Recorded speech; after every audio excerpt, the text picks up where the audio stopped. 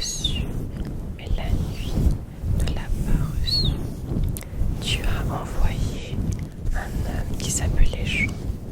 Il est venu comme témoin pour être le témoin de la lumière, afin que tous croient par lui. Il n'était pas la lumière, mais il était le témoin de la lumière. Il n'était pas la lumière, mais il était le témoin de la lumière. La parole est la vraie lumière. En venant dans le monde, il éclaire tous les êtres humains. Ce premier paragraphe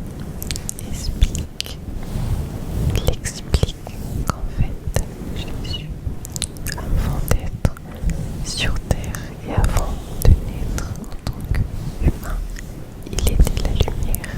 Je ne sais pas si vous comprenez le parallèle, parce que là on parle de la parole était avec Dieu et la parole était Dieu.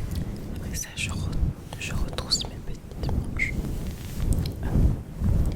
afin de pouvoir, maintenant que j'ai nettoyé ton visage, je vais prendre un petit peu de savon, un peu de rose water,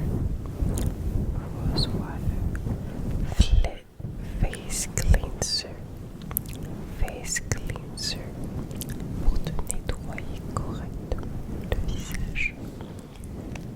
Dieu, donc Jésus est Dieu. La parole était Dieu. Par elle, Dieu a fait toutes choses et il n'a rien fait sans elle. C'est-à-dire que Jésus a toujours été là. Et que Dieu est Jésus et Jésus est Dieu. Et quand on parle de Jean aussi, on dit la personne qui est témoin de la lumière. Et maintenant, je veux te laver le visage. Donc c'est celui qui va montrer aux autres que Dieu est Jésus et que Jésus est Dieu. Passons au second paragraphe.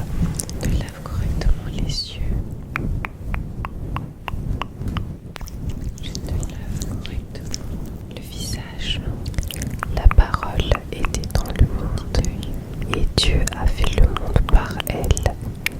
Mais le monde ne l'a pas reconnu. Il est vrai.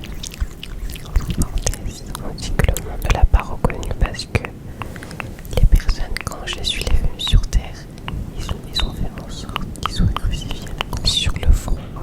Donc, ils n'ont pas reconnu la parole et ils n'ont pas reconnu Dieu, alors qu'ils se disaient sur les joues. Ils se disaient juifs. Ils se disaient enfants de Dieu, mais ils n'ont pas reconnu Dieu quand il était là. On continue, petit. La parole est venue dans son peuple, mais les gens de son peuple ne l'ont pas reconnu. Hop. Ton visage est tout propre maintenant. Laisse-moi t'essuyer tout ça. Pourtant, certains l'ont reçue et ils croient en elle. À cela, la parole a donné le pouvoir de devenir enfant de Dieu. Donc, pour être enfant de Dieu, il faut croire en la parole. Donc, il faut croire en Jésus-Christ. Reste un peu sous les yeux. Parenthèse fermée. Jean 1, verset 13. Et ils sont devenus enfants de Dieu. Reste un peu sur le ton. Dieu, en naissant, non par la volonté d'un homme et d'une femme, mais par la volonté de Dieu. La parole est devenue un homme et il a habité parmi nous. Nous avons vu sa gloire. Cette gloire, il l'a reçue du Père. Parfait. Te voilà toute belle. C'est bizarre.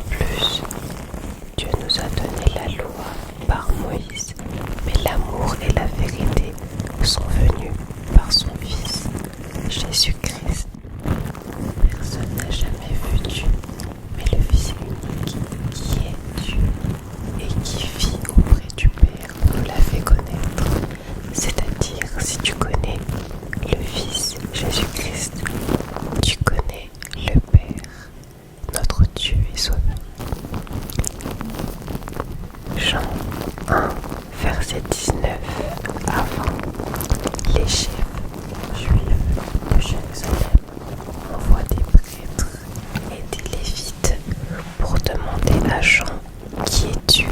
Jean ne refuse pas de répondre. Voici son témoignage. Il dit très clairement: Je ne suis pas le Messie. Les prêtres et les lévites lui demandent: Mais alors, qui es-tu? Est-ce que tu es Élie? Jean répond: Non. Il leur demande encore: Est-ce que tu es le prophète? Jean répond: Non.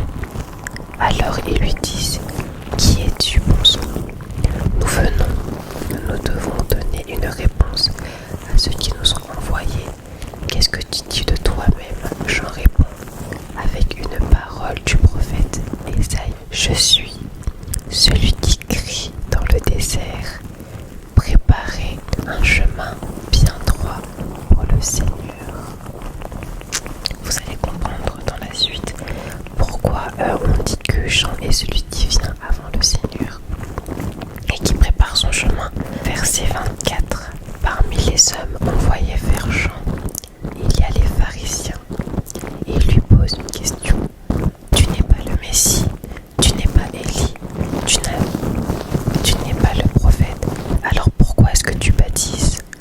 Jean leur répond: Maintenant que ton visage est tout savonneux, je vais te le nettoyer avec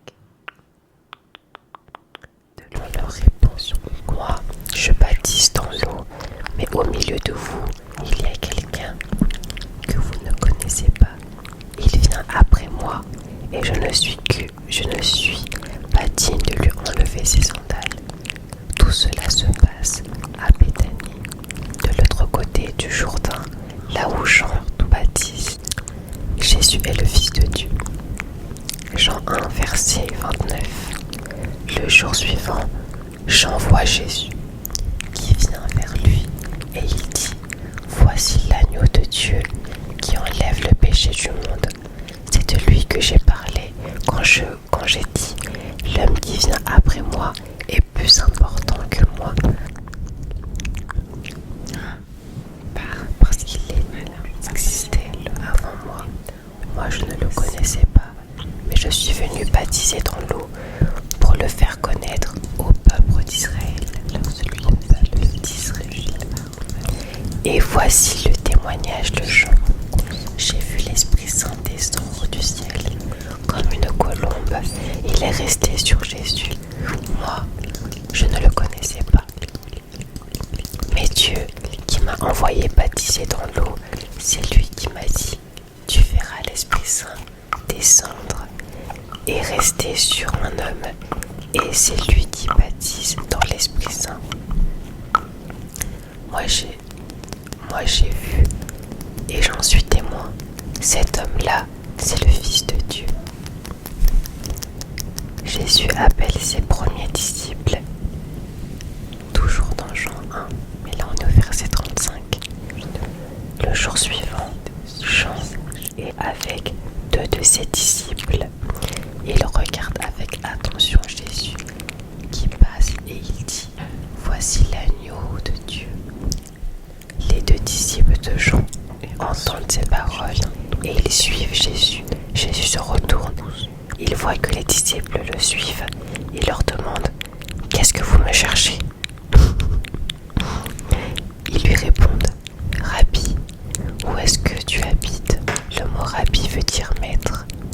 Jésus leur répond: Venez et vous verrez. Ils viennent, ils voient où Jésus habite et ils restent avec lui ce jour-là. Il est environ 4 heures de l'après-midi. L'un des 2 hommes qui ont entendu les paroles de Jean et qui ont suivi Jésus s'appelait André.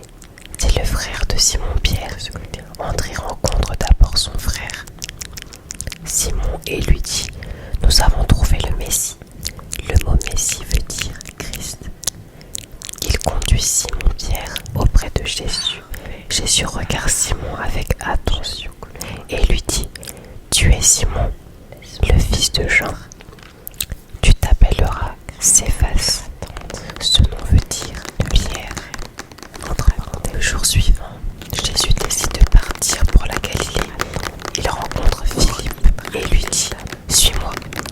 Philippe est de Bethsaïda, le village d'André et de Pierre.